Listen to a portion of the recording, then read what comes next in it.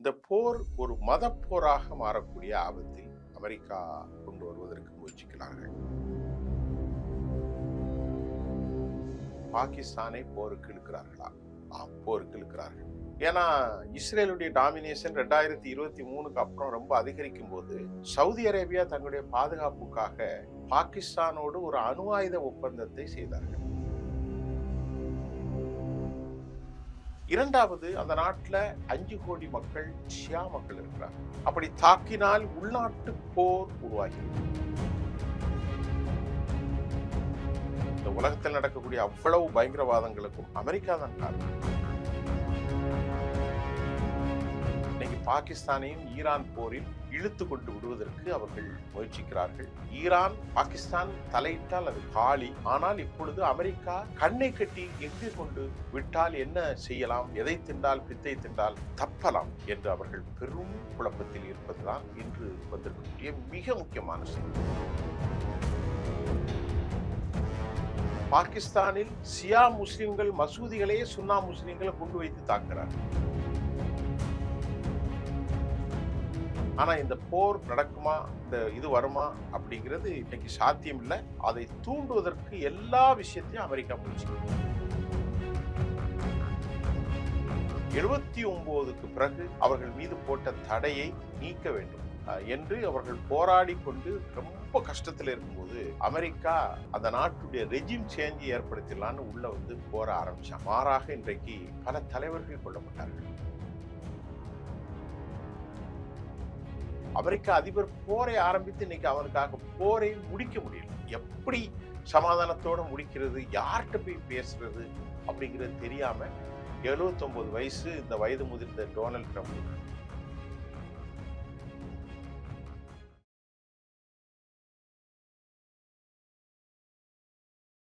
தமிழகத்தின் பல எம்பி எம்எல்ஏக்களின் வெற்றிக்கு வித்திட்ட கிங் 360 தேர்தல் வியூக சாப்ட்வேர் 2026 புதிய வாக்காளர்களின் அப்டேட் விவரங்களுடன் உங்கள் தொகுதியில் உங்கள் வெற்றிக்கு வித்திடுகிறது.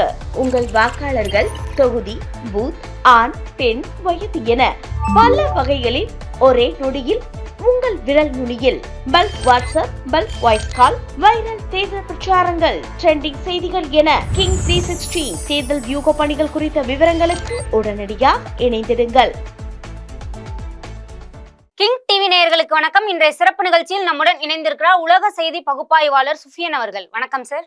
வணக்கம் பாண்டி மீனா. கிட்டத்தட்ட 3 வாரங்களாக இந்த போரானது நீடிச்சிட்டு இருக்கு, ஈரான் இஸ்ரேலுடையது. இப்போ பாகிஸ்தான் ஆப்கானிஸ்தான் ஒரு போர் உருவாகிட்டு இருக்குன்னு ஒரு சைடு சொல்றாங்க. அந்த எல்லை பிரச்சனை போயிட்டு இருக்கு. பாகிஸ்தானை சவுதி அரேபியாவும் அமெரிக்காவும் போர்ல இழுக்கிறாங்களா சார்? நல்ல முக்கியமான கொஸ்டின். இப்பதான் அது செய்தி, இன்னைக்கு காலையில உள்ள செய்தி. இந்த செய்தி உலகத்துக்கு கசியப்படல. இப்ப அமெரிக்கா வந்து தன் இயலாமையின் மூலம் ஒரு பெரிய தீவிர சதி திட்டத்தை போட்டிருக்கிறாங்க. இந்த போர் ஒரு மத போராக மாறக்கூடிய ஆபத்தில் அமெரிக்கா கொண்டு வருவதற்கு முயற்சிக்கிறார்கள். முஸ்லிம்களுக்குள்ளேவா? ஆமா, கரெக்ட் தான், முஸ்லிம்களுக்குள்ளே. அதாவது சூழ்ச்சிகள்ல உலகத்துல பல ஆயிரம் வருஷங்களாக உட்பட்ட சமூகம் தான் யூத சமூகம். யூதர்கள் யார்?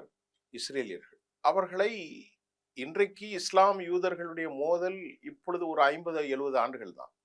ஆனால் பல ஆயிரம் ஆண்டுகளாக யூதர்களுக்கும் கிறிஸ்தவர்களுக்குமான மோதல் உண்டு.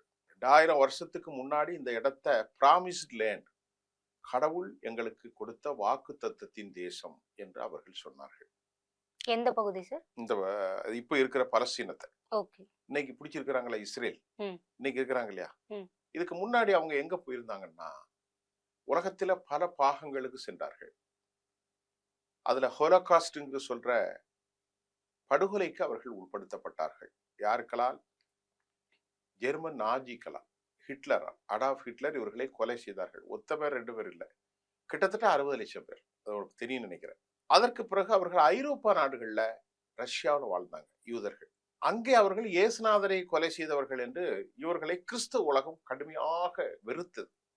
இவர்களுக்கு தனி ஒரு காலனியை ஏற்படுத்தி கொடுத்தார்கள். இங்க அங்கதான் இருக்கணும், வட்டி வாங்குவாங்க, சூழ்ச்சி செய்வாங்க அப்படின்னு கிறிஸ்தவர்களால் வெறுக்கப்பட்டு அப்புறம் பாவப்பட்ட பலஸ்தீன மக்கள் இடம் கொடுத்து இங்க இன்னைக்கு பலஸ்தீனர்களே கொல்லக்கூடிய அளவிற்கு யூதர்களுடைய வரலாறு எல்லாருக்கும் தெரிஞ்சது. அதனாலதான் பேராசிரியர் ராகவன் அவர்களை கூட ஒரு பெரிய கட்டுரையில ரத்தம் சிதைந்த நிலம்ன்ற ஒரு பெரிய புத்தகம் எழுதியிருப்பார், படிச்சிருப்பீங்க. சரி, இப்ப அதை விட்டுரும். இப்ப அமெரிக்கா ஏன் கொண்டு இவர்களை வச்சாங்கன்னா அரபு நாடுகளுக்கு தலையடி கொடுக்கணும். இன்றைக்கு நீங்க கேட்ட கேள்வி, பாகிஸ்தானை போருக்கு இழுக்கிறார்களா? போருக்கு இழுக்கிறார்கள். ஏன்னா இஸ்ரேலுடைய டாமினேஷன் 2023க்கு அப்புறம் ரொம்ப அதிகரிக்கும் போது சவுதி அரேபியா தங்களுடைய பாதுகாப்புக்காக பாகிஸ்தானோடு ஒரு அணு ஆயுத ஒப்பந்தத்தை செய்தார்கள். had been signed in between Pakistan, Saudi Arabia. Saudi Arabia ஈரானை தாக்குவதற்கு பிரஷர் கொடுக்குறாங்க. யார? பாகிஸ்தான். அவர்களுக்குள்ள ஒப்பந்தம் என்னன்னா, உனக்கு ஒன்றென்றால் நான் வருவேன், எனக்கு ஒண்ணுன்னா நீ நிக்கணும். அப்படித்தான் பாகிஸ்தான் ஆயுதங்கள் பரிமாறி எல்லாமே. இப்ப இந்தியா விவகாரத்தை கேட்டாங்க. காஷ்மீர் விவகாரத்தில் பாகிஸ்தானுக்கும் இந்தியாவுக்கும் சண்டை நடந்தா நீங்க வருவீங்களான்னு கேட்கும்போது நாங்க வரமாட்டோம்னு Saudi made very clear statement. India எங்களுடைய நண்பர், நாங்க வரமாட்டோம். இப்போ பாகிஸ்தான் என்ன பிரச்சனை அப்படின்னா, அமெரிக்காவும் யூத நாடும் சேர்ந்து பாகிஸ்தானையும் ஈரானையும் மோத விடுவதற்கான ஒரு செயல் திட்டத்தை வகுத்து பாகிஸ்தானிடத்தில் சொல்லுகிறார்கள், நீங்கள் எல்லை ஓரமாக இருக்கக்கூடிய தாக்குதல் நடத்துங்கள். பாகிஸ்தான் அந்த தாக்குதலை நடத்துவதற்கு மிகுந்த இயலாமையில் இருக்கிறார்கள். காரணம் என்னவென்றால், பாகிஸ்தானில் 4-5 கோடி ஷியா மக்கள் வாழ்கிறார்கள். யாரு? ஷியா. ஏன்னா ஈரான் ஒரு ஷியா தலைமை உள்ள நாடு. ஈரான் முழுமையான ஷியா நாடுகளா இருக்கிறதுனால அங்க உள்ள ஷியா கிளாரிக்ஸ் இப்பொழுது வசனங்களை வெளியிட்டு கொண்டு பாகிஸ்தானுக்குள்ளே ஒரு சில பிரச்சனைகள் போகிற நேரத்துல பாகிஸ்தானுடைய ராணுவ தளபதி அசீம் முனீர் சொல்றாரு, உனக்கு மத குருமார்களை அழைத்து, யார? ஷியா தலைவர்களை அழைத்து சொல்கிறார், உங்களுக்கு ஈரான் பெரிது என்றால் நீங்கள் அங்கே போய்விடுங்கள், இங்க உட்கார்ந்து குழப்பம் பண்ணாதீங்க அப்படின்ட்டு சொல்லக்கூடிய அளவிற்கு அங்க உள்ள பிரச்சனை. இப்போ அமெரிக்காவும் சவுதி அரேபியாவும் நேரடியாக பாகிஸ்தானை இன்ஃப்ளூயன்ஸ் பண்ணி will take action against Iran, கண்டிப்பா நீ எடுக்கணும்னு சொல்றாங்க. ஆனா நமக்கு இன்று காலை கிடைத்த தகவல், பாகிஸ்தான் இறங்கி அணு ஆயுத மோதலாக மாறினால் அது பெரும் சிக்கலை ஏற்படுத்திவிடும். ஏனென்றால் அமெரிக்கா இதில் பலமிழந்து இருப்பதாலும், இஸ்ரேல் பலமிழந்து இருப்பதாலும், அமெரிக்காவினுடைய இந்த சூட்சம திட்டங்களை பாகிஸ்தான் ஏற்றுக்கொண்டாலும் அவர்களால் செயல்படுத்த முடியாது. காரணம், due to very poor economical condition, மிக மோசமான பொருளாதார வீழ்ச்சியில் இருக்காங்க. அதனால அவர்களால they won't take எதுவுமே அட்டாக் பண்றதுக்கு இம்பாசிபிள். இரண்டாவது, அந்த நாட்டுல 5 கோடி மக்கள் ஷியா மக்கள் இருக்கிறார்கள். அப்படி தாக்கினால் உள்நாட்டு போர் உருவாகிவிடும். ஏற்கனவே ஆப்கானிஸ்தானோடு பாகிஸ்தானுக்கும் மிகப்பெரிய போர் நடந்திருக்கிறது. ஆப்கானிஸ்தான் எல்லையில் ஏராளமான ஷியாக்கள் ஊடுருவினால் அந்த நாடு அழிந்து போய்விடும். அமெரிக்காவை பொறுத்தவரை பாகிஸ்தான் அழிவதை பற்றியோ எதை பத்தியும் கவலைப்பட மாட்டான். இந்த உலகத்தில் நடக்கக்கூடிய அவ்வளவு பயங்கரவாதங்களுக்கும் அமெரிக்கா தான் காரணம். தூண்டுகோலே அவர்தான். அவங்க தான் எல்லாம், அவங்க எங்கேயோ இங்க பிரச்சனை பண்றாங்க. ஃபுல்லா கம்ப்ளீட்டா இஸ்லாமிக் குரூப்புகளை உருவாக்குறது, இஸ்லாமிய போராளி குழுகள். இப்போ ஐஎஸ் ஒரு அமைப்பு தலையை வெட்டினான அந்த குழுவுல யாரும் ஒரு யூதம் கூட கொல்லப்படலை. ஏன்னா அந்த அந்த ஆர்கனைசேஷனை உருவாக்குனதே யாரு? ட்ரம்ப் அவர்கள் தான். அமெரிக்காவுடைய CIA இன்டெலிஜென்ஸ் தான் உருவாக்குனது. அதனுடைய உருவாக்கத்துல அபூபக்கர் பாக்தாதி அப்படிங்கிற ஒரு தலைவன் இருந்தான். அந்த தலைவனுக்கு ரொம்ப நெருக்கமாக இருந்தவன் தான் இன்னைக்கு சிரியாவினுடைய அதிபர். அவர் பேரு அபு முகமது அல் கோலானி அல் சார். அவர் தலைக்கு பல மில்லியன் டாலர்களை அமெரிக்கா வச்சாங்க. இப்ப அவரு கூடயே அக்ரிமெண்ட் போட்டு அவர் அமெரிக்காவின் விருந்தினராகவே மாறி now he's the president of Syria அப்படிங்கிற அளவுக்கு உருவாயிட்டாங்க. கடந்த காலங்க he had a very closely associated with Osama bin Laden. இவ்வளவு பெரிய பயங்கரவாத குரூப்புகளால நெருக்கமான சிரியாவில் இன்றைக்கு ஒருவரை அதிபராக மாற்றியிருக்கிறார்கள் என்று சொன்னால் அமெரிக்காவுடைய திட்டம் உங்களுக்கு என்னங்கிறது தெரியும். இன்னைக்கு பாகிஸ்தானையும் ஈரான் போரில் இழுத்து கொண்டு விடுவதற்கு அவர்கள் முயற்சிக்கிறார்கள். ஈரான் பாகிஸ்தான் தலையிட்டால் அது காலி. ஆனால் இப்பொழுது அமெரிக்கா கண்ணை கட்டி எங்கு கொண்டு விட்டால் என்ன செய்யலாம், எதை தின்றால் பித்தை தின்றால் தப்பலாம் என்று அவர்கள் பெரும் குழப்பத்தில் இருப்பதுதான் இன்று வந்திருக்கக்கூடிய மிக முக்கியமான செய்தி. இப்ப இந்த சியாஸ் சுன்னா அப்படின்ற இரு முஸ்லிம் அமைப்புகளுக்குள்ள போராட்டம் வெடிக்கிறதுக்கான வாய்ப்பு இருக்குமா சார்? அதாவது ஷியா என்பது அது ஒரு அதை பத்தி நம்ம பேசத்தான் செய்யணும். இப்ப நீங்க போரை பத்தி நான் ஒரு காணொலி கொடுத்துருக்கேன், அதனால இது நம்ம சேனல்ல போடுங்க. ஷியா பிரிவு முஸ்லிம்கள் உலகத்துல ஒரு 95% இல்லை, 5% தான் இருக்கிறார்கள். மிகவும் குறைவு. மிக குறைவு. அதை கொஞ்சம் சொல்லுதுன்னா, அவர்கள் நபிகள் நாயகத்தினுடைய மருமகன், மகளை மிடித்த மருமகன் அலி இப்னு அபி தாலிப் என்று ஒருத்தர் இருக்கிறார். அவர் நபிகள் நாயகத்துடைய மிக நெருக்கமானவர். நபிகள் நாயகத்துடைய படை சேனைகள்ல 4 பேர். மூத்தவர் அபூபக்கர், அதற்கு அடுத்து உமர், 3வது பேர் உஸ்மான், 4வது உள்ளவர் தான் இந்த அலி இப்னு அபி தாலிப். இவரை முதன்மையாக கொண்டு ஒரு வழிபாட்டு முறையை உருவாக்கியதுதான் ஷியா முஸ்லிம்கள். நல்லா கவனிங்க. இப்ப இந்தியாவிலும் சரி, பாகிஸ்தானிலும், சவுதி அரேபியாவிலும் இருக்கக்கூடிய சுன்னா, சுன்னா என்றால் வழி என்று பெயர். அதற்கு பெயர் த வே. சுன்னா, ப்ராஃபட் முகம்மதுடைய வழியை பின்பற்றுபவர்கள் சுன்னா முஸ்லிம்கள். இவர்கள் ஷியா முஸ்லிம்கள். ஆனால் எல்லோரும் ஒரே குரான் தான், எல்லோருக்கும் ஒரே நபிகள் நாயகம் தான், அப்படித்தான் நம்புகிறார்கள் அவர்கள் 2 பேரும். இப்ப இந்த ஷியா சுன்னா முஸ்லிம்களில் வேறுபாடு இருக்கிறது, பெரிய வேறுபாடு இருக்கிறது. நீங்கள் பார்த்திருப்பீர்கள், இந்த முஹர்ரம் என்றெல்லாம் ஒரு பண்டிகையில தீ குளிப்பார்கள், பார்த்திருப்பீங்கன்னு நினைக்கிறேன்.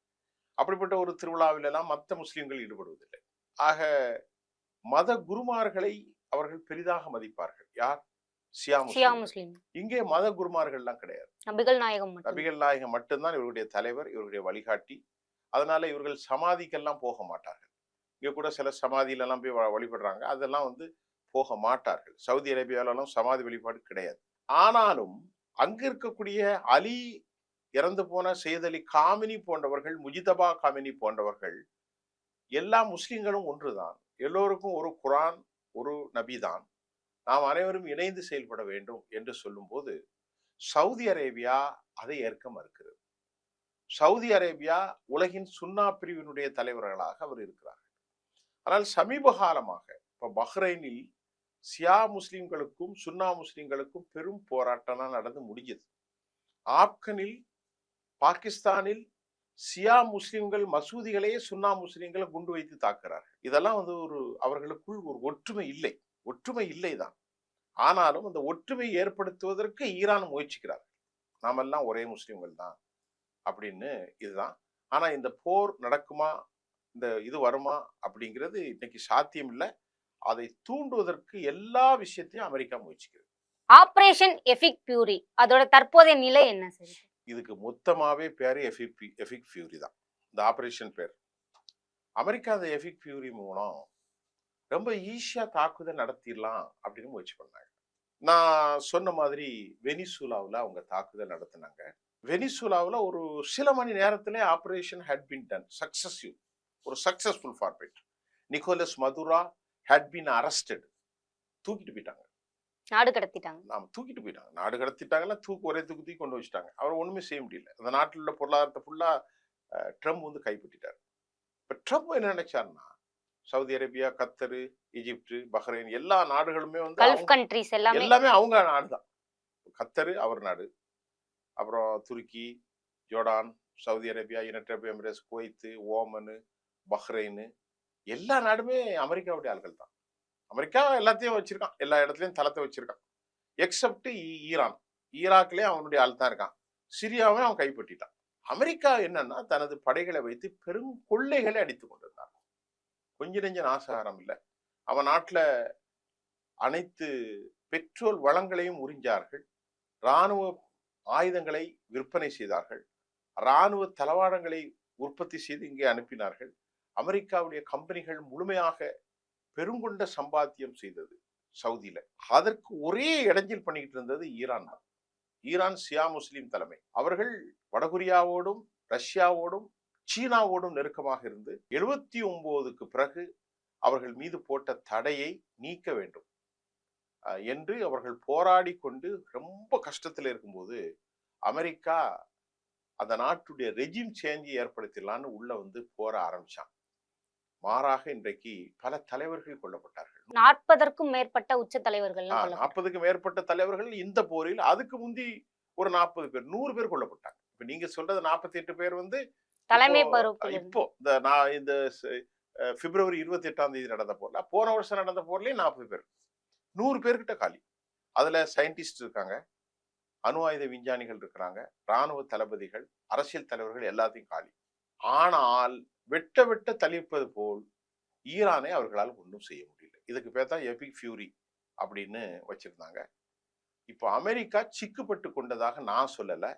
அமெரிக்காவுடைய ஜான் போல்டன், மிக முக்கியமான ஆள் ஜான் போல்டன் சொல்கிறார். ஜோ கென்ட் ரிசைன் பண்ணிட்டாரு. அமெரிக்காவிலே அமெரிக்க அதிபர் போரை ஆரம்பித்து இன்னைக்கு அவனுக்காக போரை முடிக்க முடியல. எப்படி சமாதானத்தோட முடிக்கிறது, யார்கிட்ட போய் பேசுறது அப்படிங்கிறது தெரியாம 79 வயசு இந்த வயது முதிர்ந்த டொனால்ட் ட்ரம்ப் திணறி ஒரு காலகட்டத்தில் அறிக்கையெல்லாம் வர்றாரு சார், அழிச்சிருவோம், ஒட்டுமொத்தமா காலி பண்ணிடுவோம். காலி பண்ணா அடிச்சுக்கிட்டே இருக்காங்கல்ல. இப்ப காலி பண்ணா உள்ள போய் காலி பண்ணிருக்கேன் ஈஸியா நம்ம சொல்லுவோம். 23 நாள் ஆச்சு. 23 மணி நேரத்துல ஆகல, 2 மணி நேரத்திலே காலியை முடிச்சுட்டாங்க வெனிசுலாவில். நிக்கோலஸ் மதுராவை தூக்கிட்டு போயிட்டாங்க. எதிர்பாராத இப்ப 23 நாளுக்கு அப்புறம் போர் நடந்துகிட்டே இருக்கு. சமாதானம் பேச வரமாட்டோங்கிறாங்க. யாரு? ட்ரம்ப் தரப்புல இல்ல இங்க ஈரான் சார்புல. அப்ப ஒரு பலம் இழந்தவன் சமாதானத்துக்கு வந்துருவான். அவன் சொல்றான், நான் இன்னும் 6 மாசம் இல்ல 5 வருஷத்துக்கு போரிடுவேன், என்கிட்ட அவ்வளவு ஆயுத களஞ்சியங்கள் இருக்கு, நீ தெரியாத ஆயுதங்கள் எல்லாம் நான் யூஸ் பண்ண போறேன் அப்படின்னு சொல்லி 2000 கிலோமீட்டர் வீசக்கூடிய ஆயுதத்தை நேற்று 4000 கிலோமீட்டர்ல போட்டான். கொர்ரம்சோர், சிஜில், அப்புறமா ஹஜ் கசம், EP 36 அதெல்லாம் சொல்றாங்க. EP 36 அந்த மிசைல். ஆமா, அது ஷாஹின் 36, ஷாஹின் 129, ஷாஹின் 191. அது இது, அதாவது ட்ரோன்கள், தற்கொலை ட்ரோன்கள். என்ன அமெரிக்கா இதுல சிக்கப்பட்டு கொண்டதுனால் இவர்கள் ரொம்ப மலிவான ஒரு பொருளை அனுப்புகிறார்கள். $35,000 உற்பத்தி செய்த ட்ரோன்களை அவர்கள் அதை தடுப்பதற்கு 20 கோடி ரூபாய் செலவு பண்ண வேண்டியிருக்கு. ஒரு ட்ரோனை 35,000 ரூபாய்க்கு அனுப்புற ஒரு ட்ரோனை நிறுத்துறதுக்கு 20 கோடி. இன்னைக்கு வரைக்கும் அமெரிக்கா 25 லட்சம் கோடியும் இன்னும் தேவை ஒரு 20 லட்சம் கோடியும் ஆகி 50 லட்சம் கோடி காலி. அமெரிக்கா மட்டுமல்ல, இஸ்ரேலுடைய பொருளாதாரம் அகலபாதத்தில் சென்று விட்டது. இஸ்ரேலோட ராணுவ தளங்களை குறிவச்சு அடிச்சிருக்கதா பார்க்கப்படுது. என்னென்ன பாதிப்புகள் ஏற்பட்டிருக்கு? இஸ்ரேல் இந்த போர்ல ஈரான் இதற்கு முன்பு நடந்ததை விட ரொம்ப பிரிசிசிவ் அட்டாக்னு சொல்றது. துல்லியமான தாக்குதல்கள், இலக்கை தலையில அடிக்கணும்னா தலையில, அதே மாதிரி கரெக்டா அப்படி அவங்க அடிச்சதுனால நேற்று இஸ்ரேல்ல ஒரே தாக்குதல்ல 400 இல்ல 1000 பேர் இறந்திருக்காங்க. அரசாங்கமே 400 பேர் கவலைக்கிடம் என்று சொன்னால் நீங்கள் புரிந்து கொள்ளுங்கள். ஏராளமான செய்திகள் இஸ்ரேலிலிருந்து வெளியே வரல, மறைச்சிட்டாங்க. அந்த பிரிசிஷன் அட்டாக், இலக்கை துல்லியமாக தாக்குவதற்கு யார் அப்படின்னு கேட்டா அது ஈரான் மட்டும் இருந்தால் இவ்வளவு துல்லியமாக அவர்கள் வீசியிருக்க முடியாது. அவர்களால் பாலிஸ்டிக்ஸ் மிசைலை வீச முடியுமே தவிர, அல்லது ஹைப்பர்சோனிக்கு வீச முடியுமே தவிர இலக்கை துல்லியமாக தாக்க முடியுமா? இப்ப இலக்கை துல்லியமாக தாக்குகிறார்கள். அமெரிக்க இலக்கை தாக்குகிறார்கள், இஸ்ரேல் இலக்கை தாக்குகிறார்கள், அமெரிக்கா பிரிட்டன் எல்லைகளை உடைச்சிருக்காங்க. ஆமா, அதற்கு காரணம் வேறு யாரும் இல்லை, சீனாவும் ரஷ்யாவும் தான். அவர்களிடத்தில் சீனாவிடத்திலே 120க்கும் மேற்ற சேட்டலைட் படங்கள் ஓடுகிறது. அந்த சேட்டலைட் செய்மதி படங்களின் மூலம் இந்த இடத்துல இத்தனை பேர் நிக்கிறான், இந்த இடத்துல அமெரிக்காவுடைய தளம் இருக்கு அப்படிங்கிற எல்லா ஸ்கெட்சையும் பாஸ் பண்ணிக்கிட்டே இருக்கிறாங்க ரஷ்யாவும் சீனாவும். இவர்கள் இங்கிருந்து பயங்கரமான சிஜில் டான்சிங் பாலிஸ்டிக் மிசைல், அப்புறம் ஹஜ் கசாம் மிசைல், இமாமத் மிசைல், கெரம்சோர் 4, இப்படி ஏராளமான, அதாவது ஃபத்தா 1-2, அதே மாதிரி சஹாபு 1-2, இப்படி சொல்லிக்கிட்டே போலாம். ஏராளமான விமானங்கள். தோல்வியை ஒத்துக்கிற நிலைமைக்கு வந்துட்டாரா சார் ட்ரம்ப்? யாரு தோல்வியை ஒத்துக்க மாட்டார்ல. தோல்வியை ஒத்துக்கிட்டோம்னா அமெரிக்காவுடைய எல்லாமே காலி. அதனால அவங்க என்ன சொல்றாங்க, நாங்க வெற்றி பெற்றோம். நீ ஒரே ஒரு சின்ன விஷயம், எல்லாத்தையும் அழிச்சிட்டா அவன் எப்படி திருப்பி அடிக்கிறான்? சின்ன கேள்வி, பெருசா இல்ல. அவங்க தாக்கப்பட்டதா சொல்ல இடங்கள் விமான தளங்களையும் கப்பல் தளங்களையும் அழிச்சிருக்காங்க. ஆனா தாக்குதல் ட்ரோன்ல இருந்து வருது. அதாவது அவங்கள்ட்ட பெரிய விமான தளங்கள்லாம் கிடையாது. யார்கிட்ட? ஈரான் கிட்ட. இவங்கள்ட்ட இருக்கிறது ஒன்லி விமானங்கள் தான். யார்கிட்ட? அமெரிக்காவிட்டையும் இவங்கள்ட்ட இருக்கிறது விமானங்கள் மட்டும்தான். அவங்களுக்கு விமானங்களுக்கு பதிலாக ஏராளமான ballistics, ICBM, IRBM, inter radial ballistic மிசைலும் intercontinental ballistics missile, hypersonic, supersonic, Sejjil, sorry, Shaheen ட்ரோன்கள், தற்கொலை ட்ரோன்கள், இப்படி ஏராளமாக அவர்கள் வைத்திருக்கிறார்கள். கொஞ்ச நெஞ்சம் இல்லை, லட்சக்கணக்கில் வச்சிருக்கிறதாக. ட்ரோன்களே லட்சக்கணக்கில் இருக்கான். தற்கொலை ட்ரோன்கள், சூசைடு ட்ரோன், இலக்கை ஒரு முறை அடித்து அப்படியே தன்னை மாற்றிடும். அதெல்லாம் விலை கம்மி. இவர்கள்ட்ட என்ன இருக்குன்னா F series, F-15, F-16, F-18 Hornet, F-22 Raptor, F-35 stealth விமானங்கள், இது எல்லாமே பயன்படுத்தப்பட்டிருக்கா? எல்லாமே பயன்படுத்தலாம். இதெல்லாம் அமெரிக்காட்ட இருக்கு. ஒரு விமானத்துடைய மதிப்பு எவ்வளவு தெரியுமா? 1000 கோடி. கொஞ்ச நெஞ்சம் இல்லை. இத F-35 வந்து கண்ணுக்கு தெரியாமல் போய் தாக்கும். அது வந்து ரொம்ப ஸ்பீடா போயிடும். அதோடைய மேல வந்து ஒரு கருப்பு பூச்சி, முலாம் பூசி இருப்பார்கள். அது ரேடாருக்கு தெரியாது. அதனால தான் திருட்டு, அது விமான பேரே திருட்டு விமானம். ஆங்கிலத்தில் செல்த் பிளைட்னு சொல்றது. திருட்டுத்தனமா உள்ள நுழைஞ்சி யாருக்குமே ரேடார் சிக்னல் எல்லாம் சிக்காம. அது வந்து ஈரான் அடிச்சிட்டாங்க. ஈரான் அடிச்சதுனால இன்னைக்கு அந்த விமானத்துடைய மதிப்பு போயிடுச்சு. இன்னும் மட்டும் இல்லாம F-15 அப்படிங்கிற ஒரு பெரிய விமானம், அதையும் அடிச்சிட்டாங்க. இப்ப என்னன்னா, அந்த போர் முடிஞ்சா மத்திய தரைக்கடல்ல அமெரிக்காவை நம்பித்தான் எல்லாருமே நின்றாங்க. எங்களுக்கு பாதுகாப்பு தருவீங்கன்னு லட்சக்கணக்கான கோடி ரூபாயை அமெரிக்காவுக்கு அவர்கள் பரிசு கொடுத்ததும், அமெரிக்காவோடு தொடர்ந்து கம்பெனிகளை அனுமதி கொடுத்ததும் அந்த நாட்டுடைய பாதுகாப்பை உறுதி செய்வதற்காகத்தான். இப்போது சவுதியோ, யுனைடெட் அரபு எமிரேட்ஸோ, கத்தரோ, குவைத்தோ, துபாய், அப்புறமா அபுதாபி, பஹ்ரைன், ஓமன், ஜோர்டான், எல்லா நாடுகளுமே have been disappointed because of the very poor performance. அவர்களுடைய ரொம்ப மோசமான செயல்பாட்டினால இன்றைக்கு அமெரிக்கா கெப்டாலோ, அமெரிக்காவுக்கு யாரும் ஆதரவில்லை. அதே போன்று உலகத்தை அச்சுறுத்தி கொண்டிருந்தது அமெரிக்காவினுடைய தாட் சிஸ்டம், பேட்ரியாட் சிஸ்டம், இஸ்ரேலுடைய Iron Dome system, David Sling, Arrow 2-3 எல்லாமே ஃபெயிலான விளைவாக வான் பரப்பில் எதிரிகளுடைய ஏவுகணைகளை தடுக்கும் ஆற்றல் முழுமையாக இழந்து போச்சு. எது? இந்த வான் பாதுகாப்பு சாதனங்கள். அதனால தானே உள்ள போய் தடுக்க முடியாம உள்ள போய் இவ்வளோ நாசம் நடக்கு. அதை ஒத்துத்தான் ஆகணும். ஆனால் நமக்கு இன்னொரு செய்தி, ஈரான்ல கொஞ்சம் வான் பாதுகாப்பு சாதனங்கள் வலிமையா தடுப்பதாகவும் செய்திகள் வந்திருக்கிறது. ஈரானை பற்றி கொஞ்சம் மர்மமாகத்தான் இருக்கிறது. ஏனென்றால் ஈரானில் வந்து கடந்த ஒரு 3 வாரங்களுக்கு மேல் இன்டர்நெட் ஷட் டவுன், இழுத்து கதவடைப்பு செய்யப்பட்டதுனால உலகத்திற்கு படம் வரவில்லை. டெல்லவியூ, அது மட்டும் இல்லாம ஹைஃபா, கிரியட் சமோனா, அதே போன்று வெஸ்ட் பேங்க், ஜெருசலேம், இப்படி அஸ்கலான், எல்லா பகுதிகளுமே, தெற்கு இஸ்ரேல் டிமோனா, தெற்கு இஸ்ரேல் அராத், இப்படி எல்லா டவுனுமே துவம்சம் செய்யப்பட்டிருக்கிறது. அது என்ன சொல்றது? ஒபிலிட்ரேட்டட் அப்படின்னு சொல்றது இங்கிலீஷ்ல. ஒபிலிட்ரேட்டட், முழுமையாக என்ன சொல்றது? அழிக்கப்பட்டது. நான் சொன்னது சரிதானா? The obliterated, the places have been obliterated. கம்ப்ளீட்டா அதை அவர்கள் அழித்திருக்கிறார்கள். அதனால இன்னைக்கு இஸ்ரேல் வந்து இப்போ காலையில வந்து செய்தி, தெஹ்ரான்ல குண்டு போட்டதாக செய்தி வருது இப்போ காலையில. ஏன்னா நேற்று சாகடிச்சதுனால குண்டு போடுவாங்க, போட்டிருக்காங்க. அதுல இந்த ஈரானுக்கு பெரிய பாதிப்பு நடந்திருக்கிறது. ஈரான் அரசாங்கமே பல ஆயிரக்கணக்கானவர்கள் காயம்பட்டதாக அறிவிப்பு செஞ்சுட்டாங்க. ஆக எல்லாருமே அழிஞ்சுக்கிட்டு இருக்காங்க. 3 பேரும் அழிகிறாங்க. அமெரிக்காவுடைய ராணுவ தளங்கள் எல்லாமே அழிஞ்சிட்டு இப்ப என்னன்னா அடுத்து என்ன செய்ய போகிறார்கள் என்பதுதான் இப்போ கேள்வி. இப்போ ரமலான் வாழ்த்துக்கள் ஈரானோட அதிபருக்கு மோடி அவர்கள் தெரிவிச்சிருந்தாரு.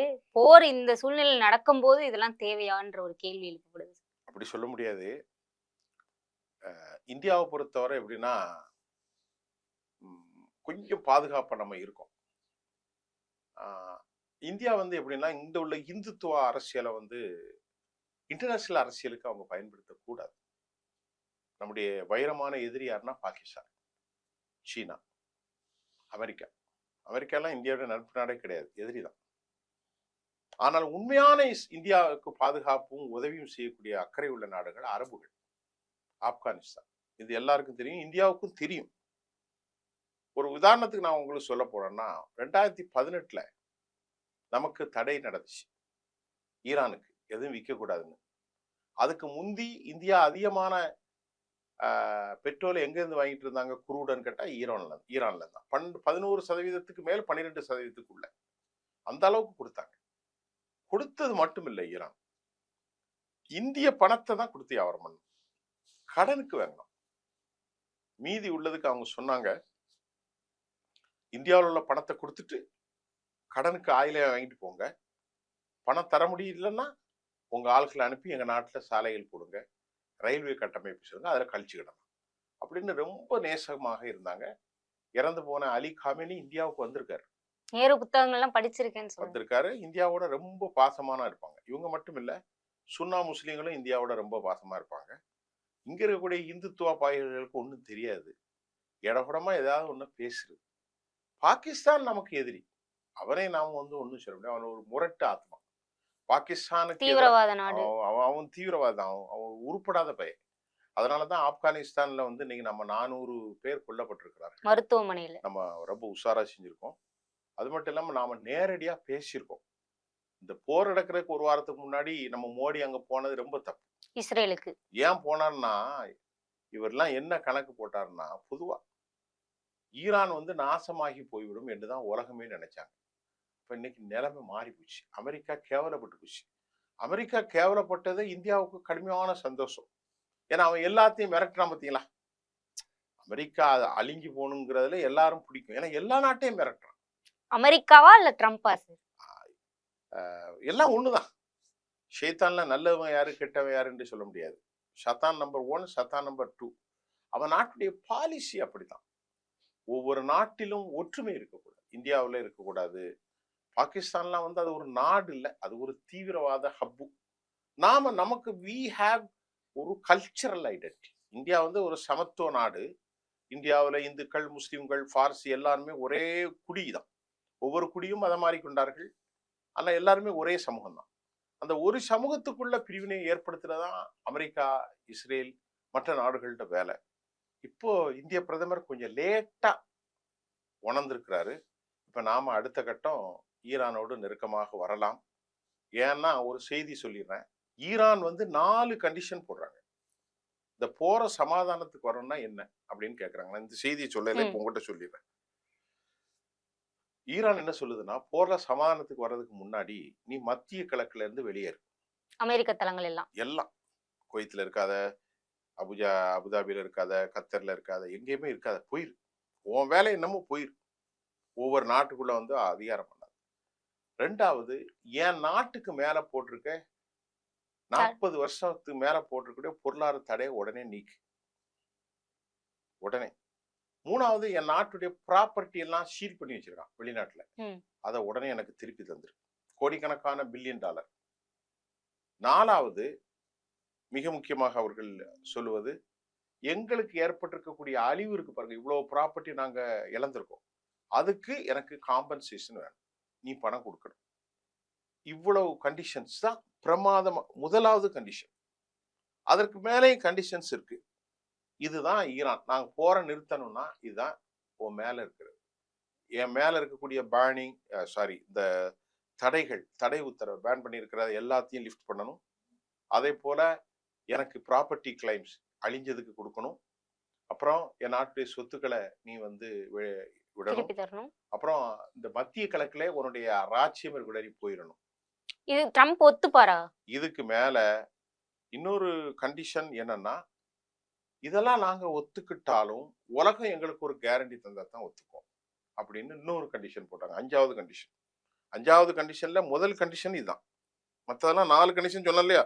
5வது என்னன்னா, இனி அமெரிக்காவோ இஸ்ரேலோ எங்க நாட்டுக்கு மேல போர் செய்யக்கூடாதுன்னு உலக நாடுகள் எங்களுக்கு எழுதி விடும். நாங்க போர் செய்ய மாட்டோம், ஆனா அவங்க எங்களை அடிக்க கூடாது அப்படின்னு யார் கண்டிஷன் கொடுக்கணும்? குளோபல் கேரண்டி இருக்கணும். உலக தலைவர்கள் எல்லாம் கொண்டா மட்டும்தான் நாங்க நிறுத்துவோம். இது 5. இந்த மாதிரி ஒரு பயங்கரமான கண்டிஷன்ஸ் அவங்க போட்டிருக்காங்க. இப்போ அமெரிக்கா ஆடி போய் இருக்கிறது, ஆனா வெளியே சொல்ல முடியாது. இப்ப கூட என்ன சொல்லுவாங்க, எல்லாத்தையும் நாங்க காலி பண்ணிட்டோம். அதான் கேக்குறாங்க, எல்லாத்தையும் காலி பண்ணா அவங்க அடிச்சுக்கிட்டே இருக்காங்களா சார் அப்படின்னு கேக்குறாங்க. இப்போ இஸ்ரேல் அடிச்சிருக்கு, இஸ்ரேலுக்கு அடுத்த திருப்பி அடிப்பாங்க. ஏன்னா இஸ்ரேல் பாதுகாப்பு இல்லை. பெஞ்சமின் நெத்தன்யாஹு எல்லாருமே ஆடி போய் தான் இருக்கிறாங்க. இஸ்ரேல்லையும் பெரிய குழப்பம் வந்திருக்கு. இப்ப இது எப்படி முடிய போகுதுன்னு தெரியல. ஆனா யாராவது இதுல தலையிட்டு முடிப்பார்கள் என்றால் யாருக்கும் அந்த சக்தி இல்லை. அதான் உண்மையான விவகாரம். ஏன்னா எல்லாமே ஈரானுடைய எதிரியா இருக்கிறாங்க. யூரோப் யூனியனும் எதிரி, அரபு நாடுகளும் எதிரி, அமெரிக்கா இஸ்ரேல் நாடுகளும் எதிரி. அப்படி பார்க்கும்போது இந்தியா மட்டும்தான் இருக்கிறது. பாகிஸ்தானும் எதிரி. பிரதமர் மோடி இருக்கார். நம்ம எந்த அளவுக்கு போய் இந்த பஞ்சாயத்துல பண்ண போறோங்கிறதெல்லாம் நம்ம இது வரைக்கும் பார்த்தது இல்லை. நம்ம ஒன்றும் பண்ற அளவுக்கு இல்லை. சும்மா இங்க உள்ள பத்திரிகையில் எழுதுவாங்க, மோடி நினைச்ச கையை காட்டினா நின்றுவாரு, அப்படிலாம் இல்லை. பட் அப்படி ஒரு தலைமை இருக்கிற மாதிரி நான் தெரியல. ஆனால் கண்ணு கட்டிய தூரம் வரைக்கும் சமாதானத்துக்கான ஆட்கள் இல்லையோ என்று எண்ணுவது எனக்கு ரொம்ப கவலையாக இருக்கிறது. தொடர்ந்து பேசுவோம் சார். இதுவரை எங்களுடன் பல்வேறு கருத்துக்களை பகிர்ந்தமைக்கு நன்றி.